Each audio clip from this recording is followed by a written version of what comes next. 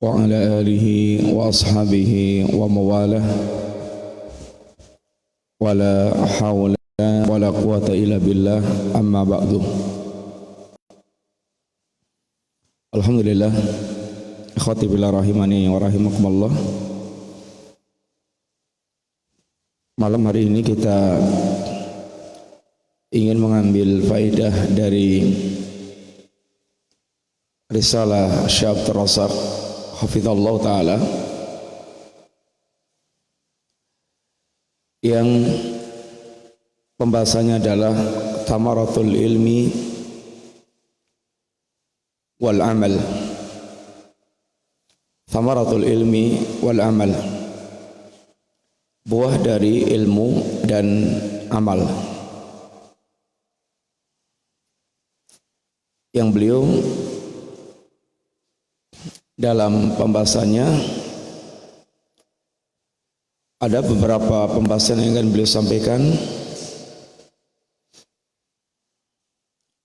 dari pentingnya ilmu sampai bagaimana para salaf sangat perhatian berkaitan dengan perkara amal, sehingga betul-betul ilmu itu akan menjadi al-ilmu nafi', ilmu yang bermanfaat. Dalam mukadimahnya, setelah beliau memuji Allah Subhanahu wa taala dan berselawat kepada baginda Rasulullah sallallahu alaihi wasallam, maka beliau katakan, fala takhfa makanatal ilmi wa mansilatahu al-aliyah fi dinina al-hanif wa mansilatuhu al-azimah fahuwa asasun bihi yubda wa la yumkin an tuqama syari'ah wa an tuhaqqaqa al-ubudiyah allati khuliqal abdu li ajliha wa ujid li tahqiqiha illa bil ilmi. Beliau mengatakan tidak diragukan lagi, tidak tersembunyi lagi tentang kedudukan ilmu. Ini makanatul ilmi wa mansilatu al-aliyah. Tidak tersembunyi lagi tentang kedudukan ilmu yang sangat tinggi dalam agama kita ini. Fahuwa asasun bihi yubda. Yang ilmu ini merupakan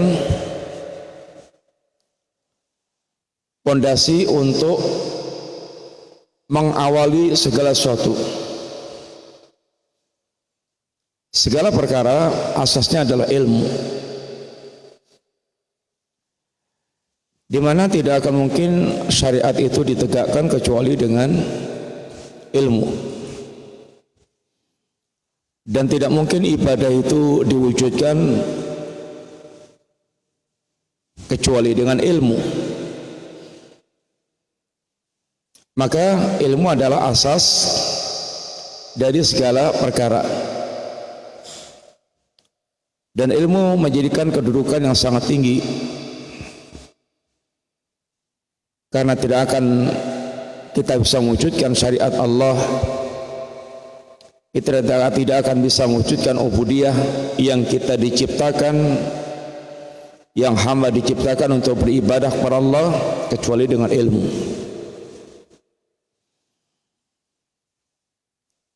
Maka fahuwa asasun la budda minhu wa bihi yubda wa huwal muqaddam. Maka asas itu sesuatu yang senantiasa didahulukan. Orang mau bangun rumah, ya pondasinya dulu mesti didahulukan dulu, membangun pondasinya, karena merupakan asas dasar, pondasi untuk tegaknya semua bangunan yang akan kita bangun.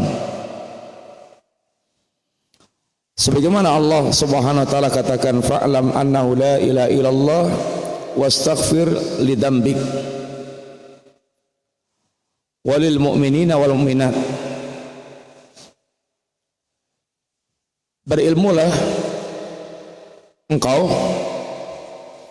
bahwa tidak ada sembahyang hak kecuali Allah, dan minta ampunlah engkau kepada terhadap dosamu dan juga dosa kaum mukminin dan mukminat. Ayat yang singkat ini beberapa poin yang terkandung dalam ayat ini. Yang pertama, perintah Allah kita untuk berilmu, sehingga ilmu ini adalah perintah pertama sebelum kita diperintahkan yang lain-lain. Karena tidak akan mungkin kita bisa mewujudkan segala macam untuk perintah kecuali apabila kita ingin berilmu. Maka ciri khas dakwah salafiyah diantaranya adalah memiliki semangat yang besar untuk senantiasa perhatian kepada ilmu, sehingga awamnya seorang salafi, mereka semangat untuk belajar agama, mereka semangat untuk mengetahui setiap amal itu dari atau dengan dalilnya, karena dia diajarkan ittiba bukan taklid, sehingga setiap amal yang dilakukan dia sangat ingin seandainya mengetahui dalil yang harus dia yang harus dia ketahui dalilnya, yang di atas dalil itulah dia beramal, sehingga akan kokoh amal yang dia lakukan. Kewajiban pertama adalah berilmu, dan ilmu ini dikatakan oleh Imam Al-Qayyim adalah hayatul qulub wa nurul basair. Ilmu ini adalah kehidupan hati. Hati seorang sejauh mana ada kehidupannya sesuai dengan kadar ilmu yang dia miliki. Semakin sempurna ilmu yang dia miliki, semakin sempurna kehidupannya. Karena kehidupan itu berkaitan dengan sejauh mana dia menyambut seruan Allah dan seruan Rasulnya Sallallahu Alaihi Wasallam. Kemudian yang kedua, bahwa di antara sekian banyak kewajiban yang Allah wajibkan, maka la ilaha illallah, tauhid adalah kewajiban terbesar. Tidak ada kewajiban yang lebih besar dibandingkan dengan kewajiban mentauhidkan Allah Subhanahu wa taala.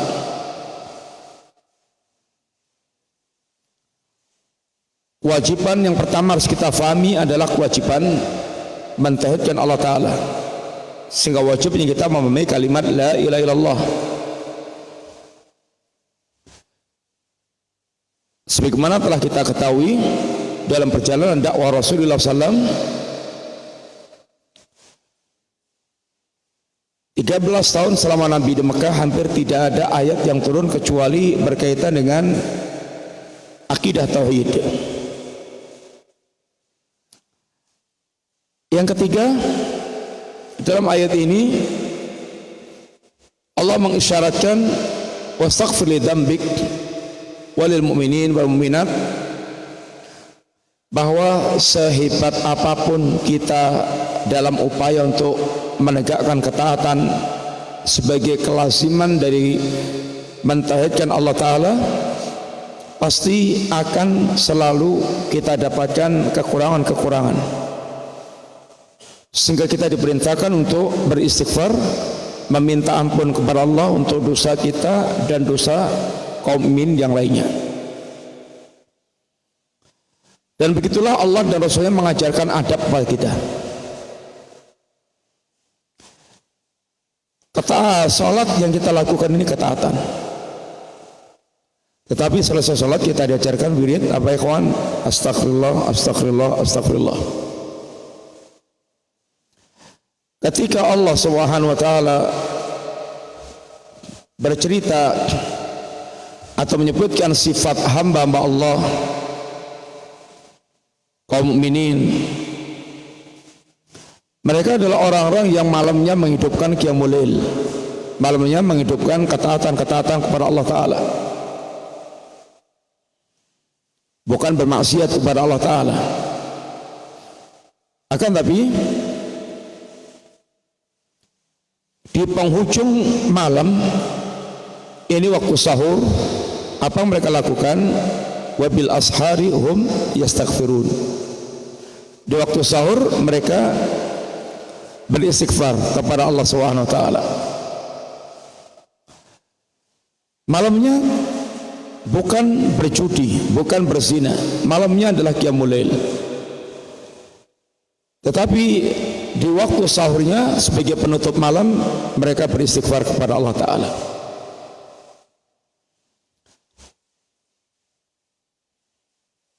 Haji itu rangkaian dari awal sampai akhir adalah dalam rangka untuk mengingat Allah Ta'ala. Tetapi Allah katakan bagaimana? Wa idza qadaytum manasikakum atau summa afidu min haitsu afadhan nas. Kalau sudah selesai, bertolaklah kalian dari mana manusia bertolak. Ini ke arah Mina.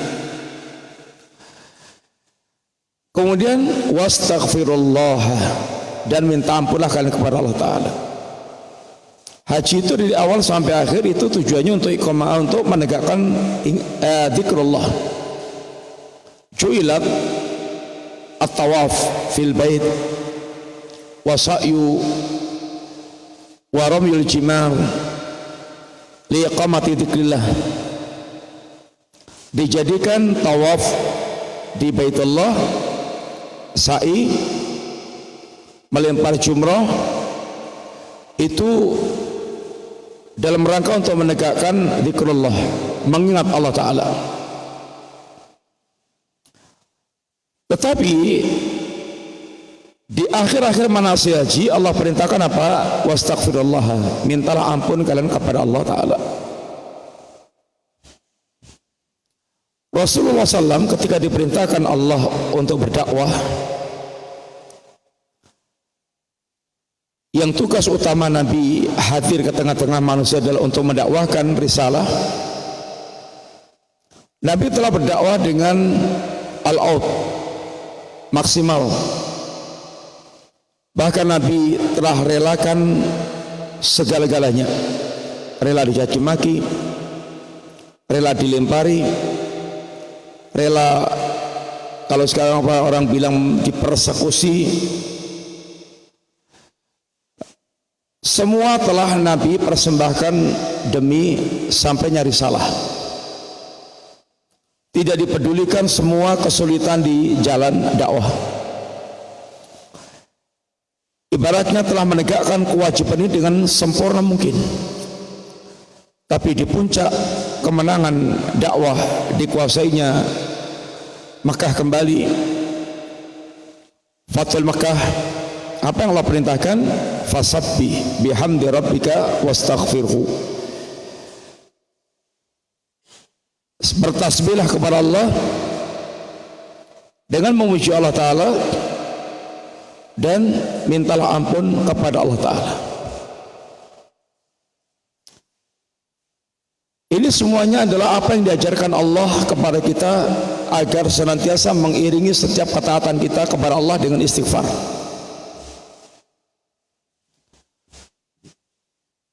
Yang demikian ini mendidik kita bahwa semua apa yang kita lakukan itu sehebat apapun pasti ada kekurangannya. pasti ada kekurangannya. Kita salat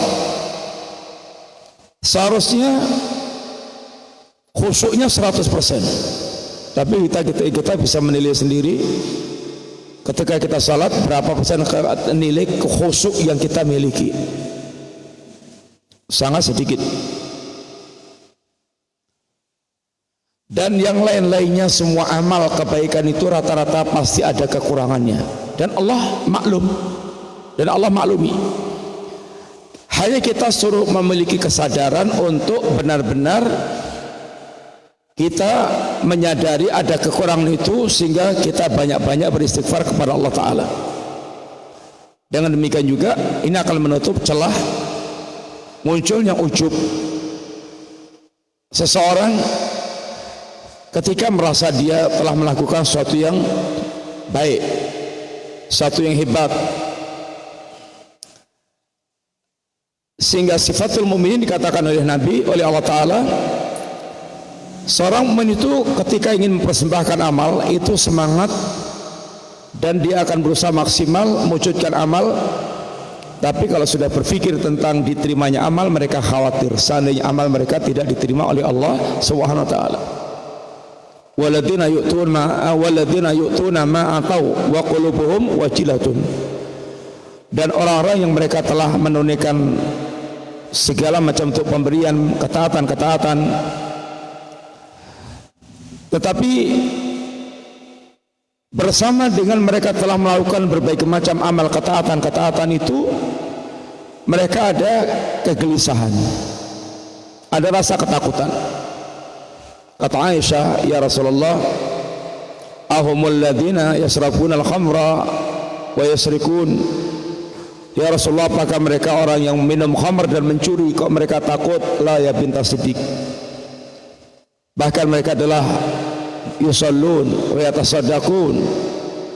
Mereka orang yang salat, yang bersedekah, wa yasumun, orang yang berpuasa, wa yakhafun, tapi mereka bersama itu ada rasa takut alla yuqbala minhum, seandainya amalnya tidak diterima.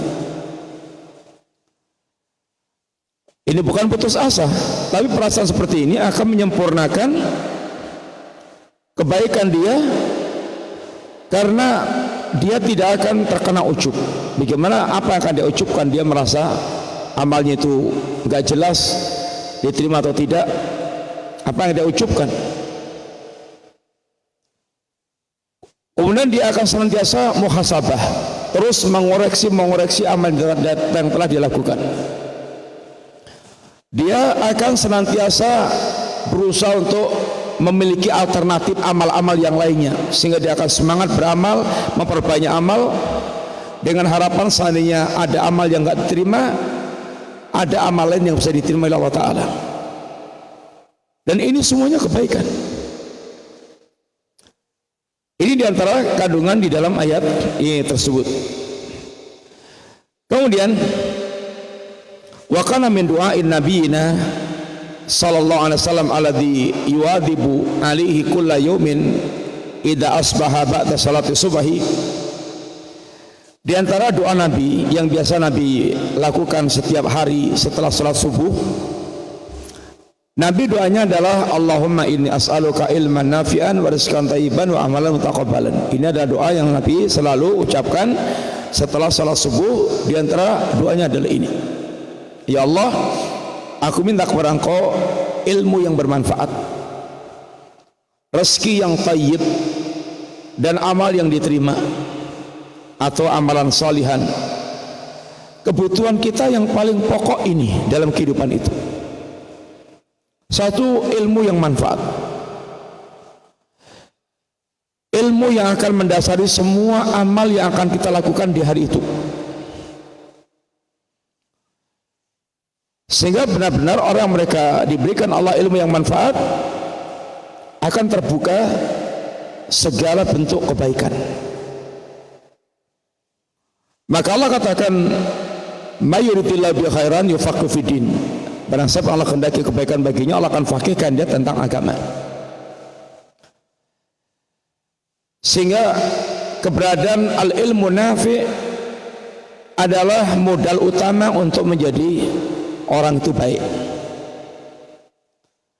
Kemudian rizqan thayyiban, rezeki yang baik, yang halal, rezeki yang mendorong dia untuk selalu semakin mendekat kepada Allah Ta'ala, rezeki yang thayyib. Semua nikmat yang tidak semakin membuat kita dekat dengan Allah akan berubah menjadi nikmat. Nikmat ini karunia, nikmat azab. Semua nikmat yang tidak membuat kita semakin dekat dengan Allah itu akan berubah menjadi nikmat. Ini azab. Hanya akan menjadi poin-poin yang mengumpulkan kebinasaan bagi kita.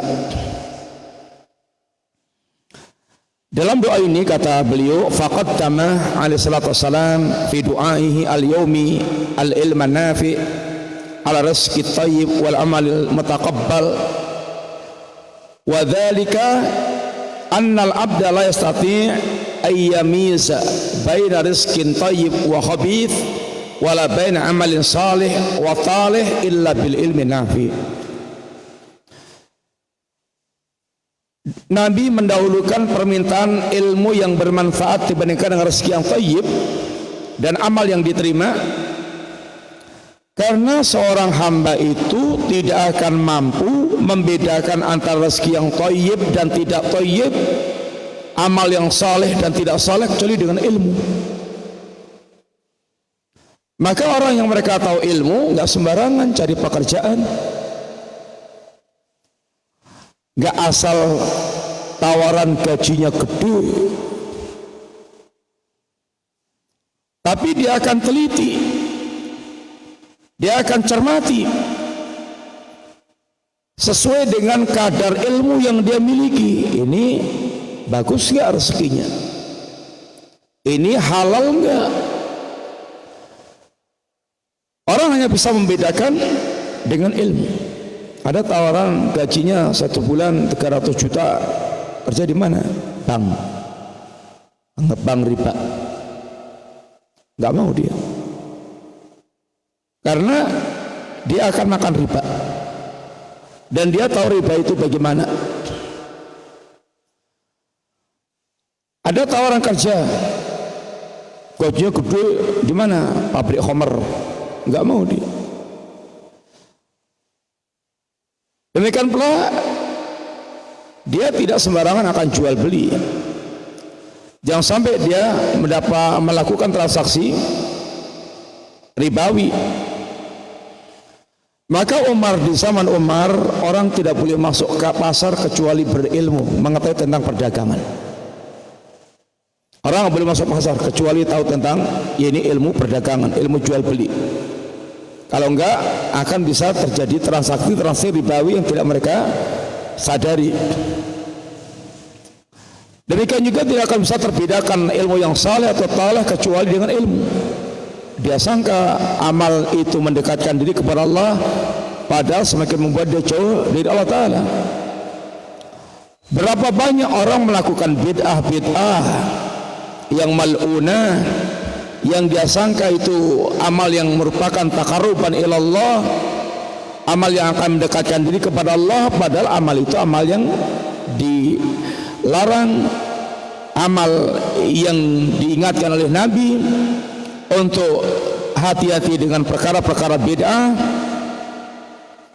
Maka ketika sahabat Ibnu Mas'ud mengingkari orang mereka melakukan amaliyah yang tidak pernah diajarkan Nabi, apa-apaan ini?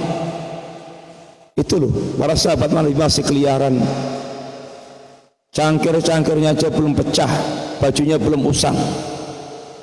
La'allakum ala milatin ahda an milati Muhammad. Kamu ini apa merasa berada di atas agama yang lebih lurus dibandingkan agama Muhammad? Au mubtatihu babil dhalalah, atau sengaja kamu akan membuka pintu-pintu kesesatan? Apa kata mereka? Ya Abu Abdurrahman, ma nuridu ilal khaira, kami tidak mengendaki dengan ini semuanya kecuali kebaikan.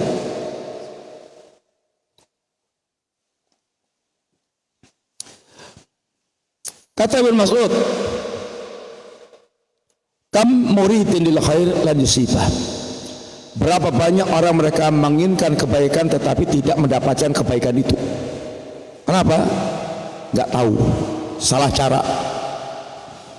Dia sangka ini amal mendekatkan diri kepada Allah, dia sangka itu adalah amal kebaikan, padahal itu kerusakan. Tidak akan bisa membedakan seperti itu kecuali orang berilmu. Dia sangka dia berdakwah mengajak manusia ke jalan Allah, padahal mengajak ke jahanam.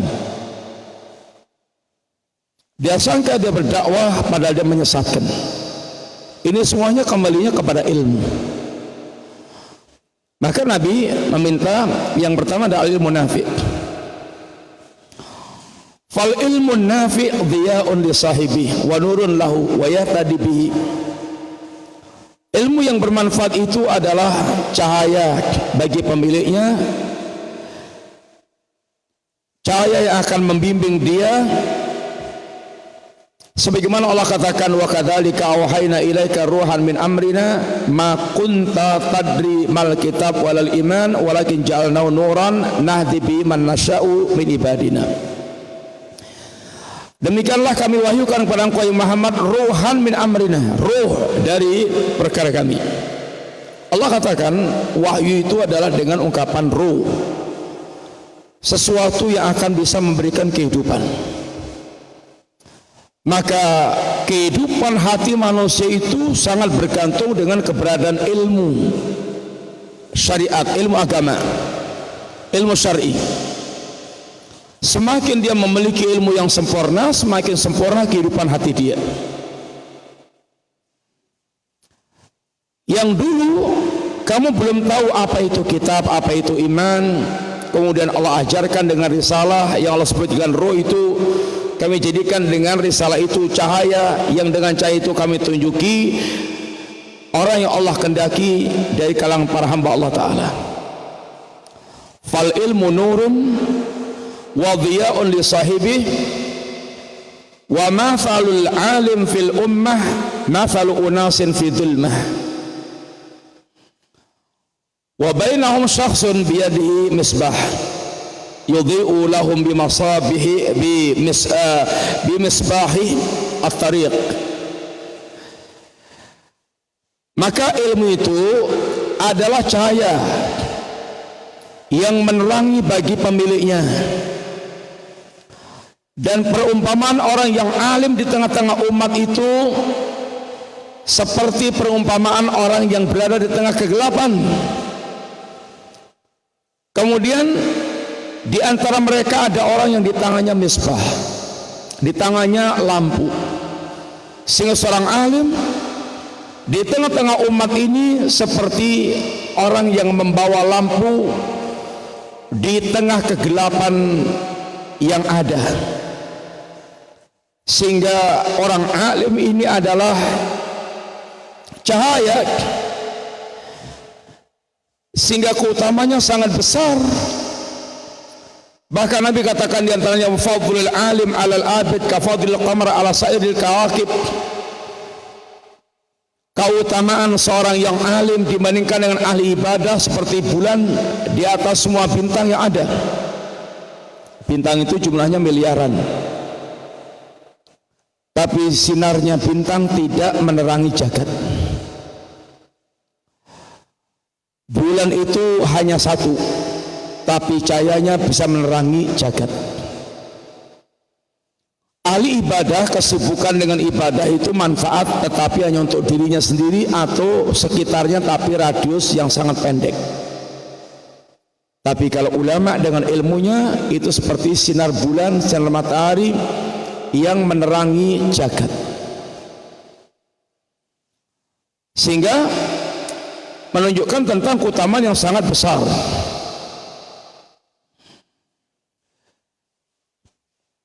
Maka dengan cahaya itulah orang dia selamat dari berbagai macam yang akan menyengsarakan dia. Dia berhati-hati dari duri, dari berbagai macam yang akan membuat dia terkena mara bahaya. Maka dikatakan walihada takatsurat an-nususu wa dalail fi kitabillahi wa sunnati nabiyyi sallam fi bayani fadlil ilmi wa syarfi qadri wa adhim makanati wa thana' ala ahli wa bayani mansilati al-aliyah. Oleh karena itulah nas-nas dalam Al-Quran dan As-Sunnah sangat banyak yang menjelaskan tentang keutamaan ilmu, kemuliaan kedudukannya, kedudukan yang sangat mulia, tingginya kedudukan, pujian bagi pemilik ilmu, dan penjelasan tentang tingginya kedudukan ilmu. Wa yakfi ahlal ilmi syarfan wa nublan anna Allah azza wa jalla qarana sahadatahum bisadati fi a'dham masyhudi bi.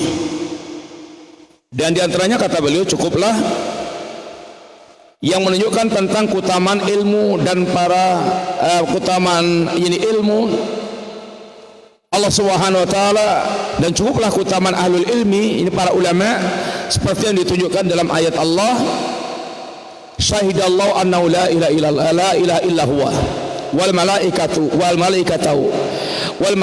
wa ulul ilmi qaiman bil qisti la ilaha illa huwal azizul hakim. Allah mempersaksikan bahwa tidak ada sembahan yang hak kecuali dirinya.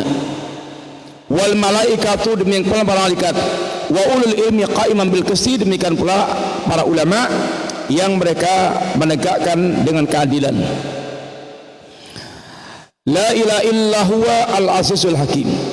Dalam ayat ini Allah menyandingkan persaksian para ulama dengan persaksian Allah dan para malaikatnya. Ini diantara sisi keutamaan ulama. Manusia ini sangat banyak jenisnya. Ada yang pejabat, ada yang penguasa, presiden, kalau kita ada presiden, ada menteri, ada jenderal, ada konglomerat. Di antara jenis para manusia yang beraneka ragam tersebut, tidak ada yang Allah jadikan saksi bersanding dengan persaksian Allah dan malaikat kecuali para ulama. Yang ini menunjukkan tentang kedudukannya para ulama yang sangat tinggi, yang Allah ini sertakan dalam persaksiannya dengan Allah dan malaikat. Dan juga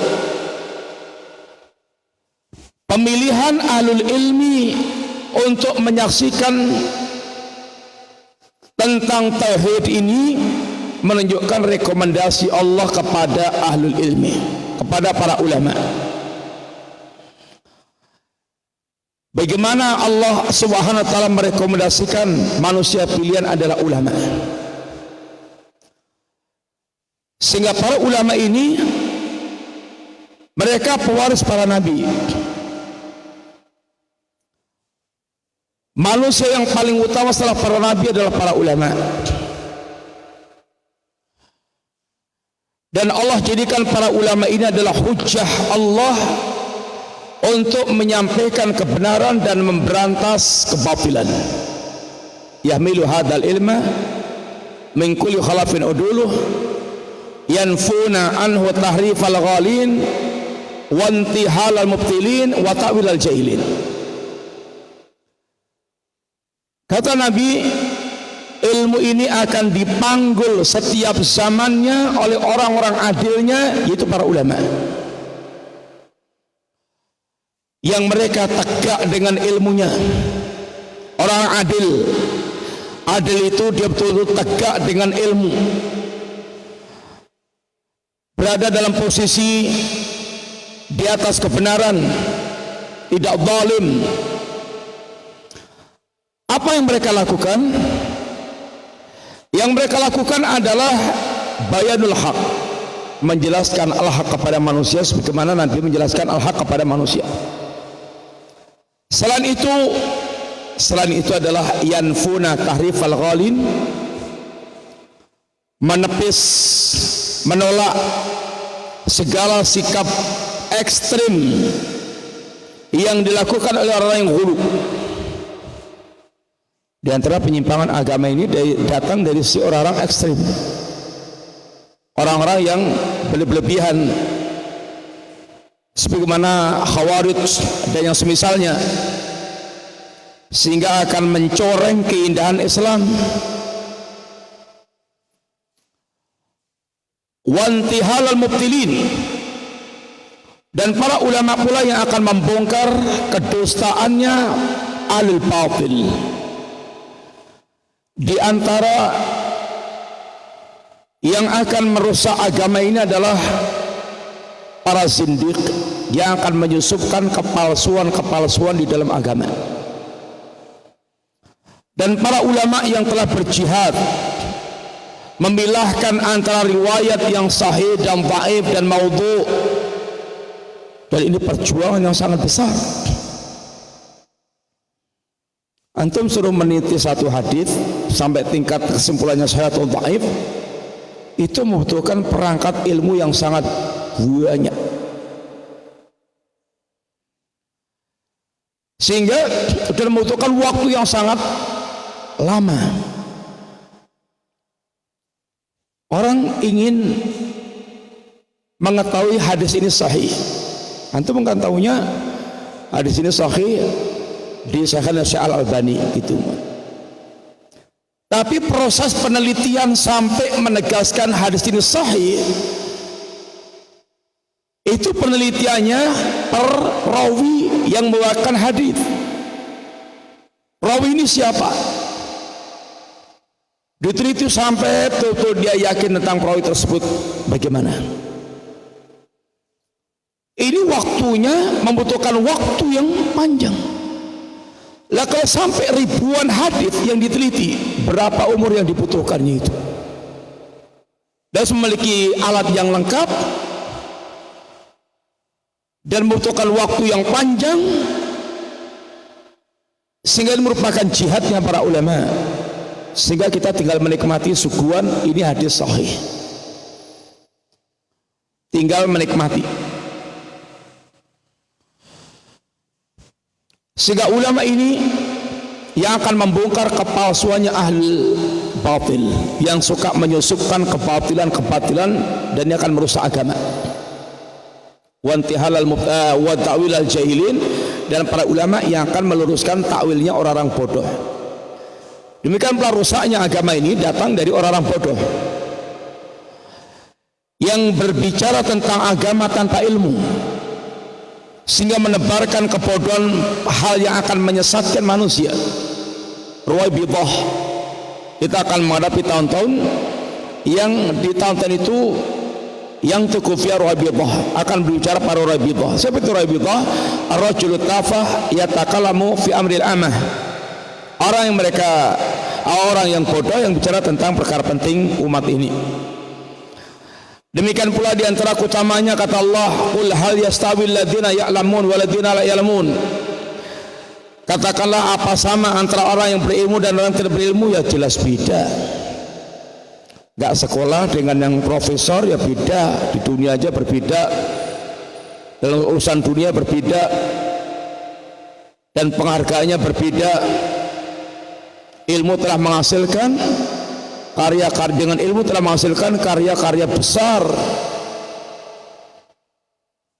Maka orang yang mereka berilmu dengan tidak berilmu berbeda, ilmu agama.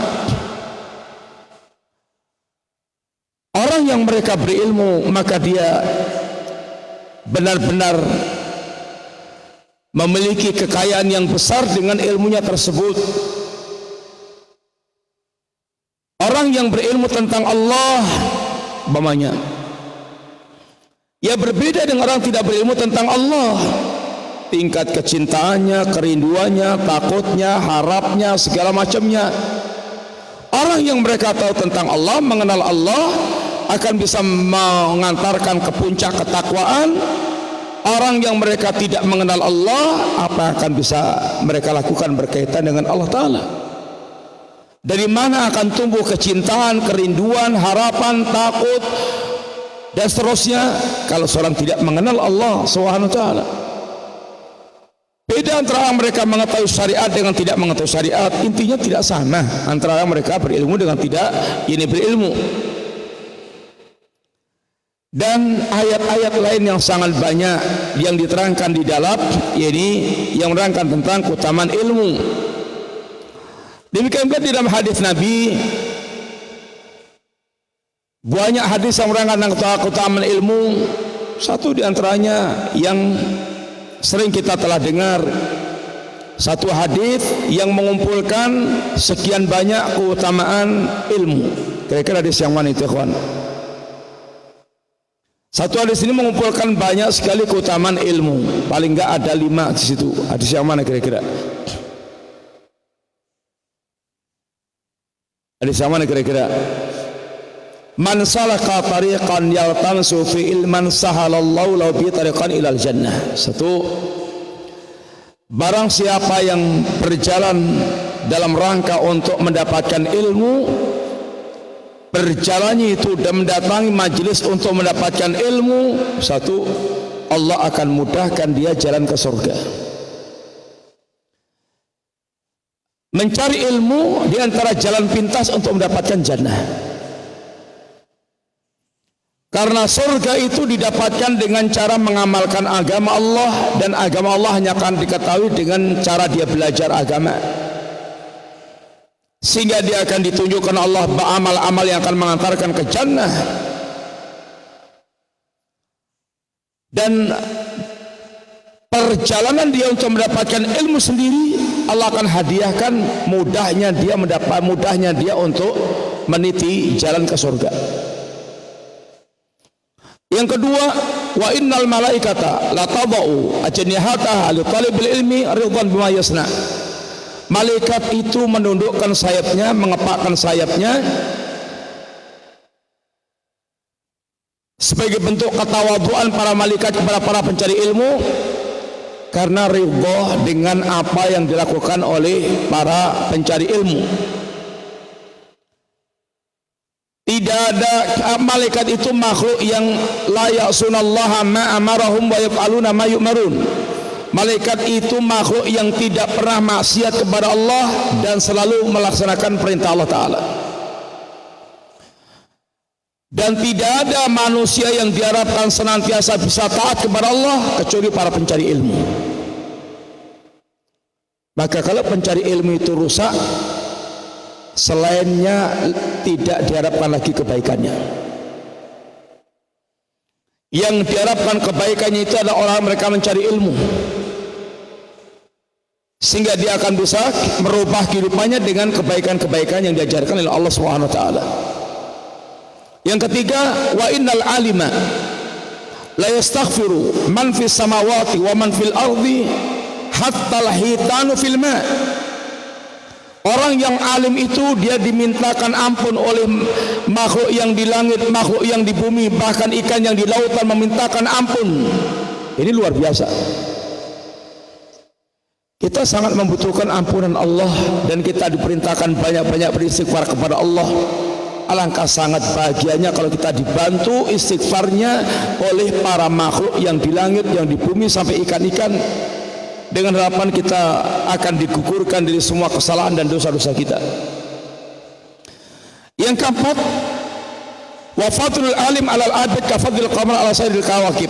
Keutamaan orang berilmu itu bandingkan ahli ibadah seperti keutamaan bulan dibandingkan dengan semua bintang-bintang yang ada. Bintang sinar riba miliaran bintang tidak mengalahkan ini satu bulan yang sinarnya menerangi jagat. Yang kelima, wa innal ulama warasatul anbiya. Ulama itu pewaris para nabi. Wa innal anbiya lam yurithu dinaran wala dirhaman. Para nabi itu enggak mewariskan dinar dan dirham. wa inna ma warasul ilma, dan para ulama itu dan para nabi itu mewariskan ilmu. Faman akhadahu faqad akhadha bihadzin wafirin, barang siapa dia mengambil bagian ilmu maka dia telah mengambil bagian sangat besar. Hadis ini ada paling enggak ada 5 keutamaan yang disebutkan oleh Nabi tentang keutamaan yakni ilmu. Dan ilmu telah mengangkat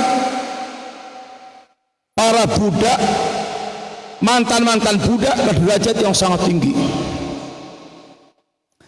Ketika Abdul Malik, Khalifah Abdul Malik bin Marwan bertanya kepada Imam Az-Zuhri, siapa yang menggantikanmu ya Zuhri? Siapa yang memimpin penduduk Mekah ya Zuhri? Atha bin Abi Rabah. Minal Arab atau minal Mawali? Minal Mawali, dari kalangan bekas budak. Ditanya yang di Yaman, yang di Khurasan, yang di Basrah, sebutkan satu persatu. Makhul, kemudian Hasan Al-Basri, yang semuanya ini minal mawali, dari kalangan bekas budak.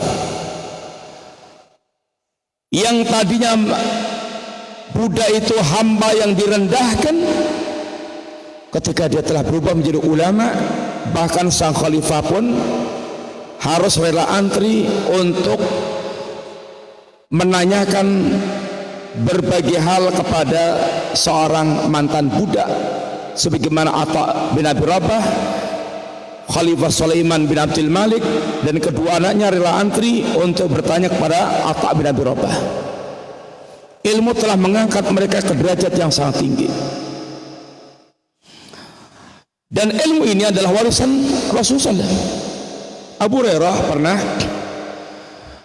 mengatakan kepada ahlu suq, kepada para pedagang pasar, ya ahlas suq ma'ajasakum, wahai para penduduk pasar, para pedagang pasar, betapa lemahnya kalian ini. Wa madzaka ya Abu Hurairah, apaan ya Abu Hurairah? Kata Abu Hurairah, dzaka mirasu Rasulullah sallam yuqsam wa antum hahuna la tathabuna fatakhuduna nasibakum minhu. Kamu di sini aja, itu loh, warisan Nabi itu dibagi-bagi. Di sana ada warisan Nabi dibagi-bagi, kamu nggak ikut ambil bagian warisan Nabi. Qalu wa aina huwa, di mana Abu Hurairah? Fil masjid, sana, di masjid sana ada sedang dibagi-bagi warisan Nabi. Maka mereka pun fakharajus siraan ilal masjid, mereka keluar menuju ke masjid, bergegas menuju ke masjid. Dan kemudian Abu Hurairah tetap tinggal di pasar sampai mereka pasti nanti akan kembali. Malakum, lo kok kalian balik ngapain? Kalau mereka mengatakan, ya Abu Hurairah, faqad atainal masjid fadakhalna falam nara fi syai'an yuqsam.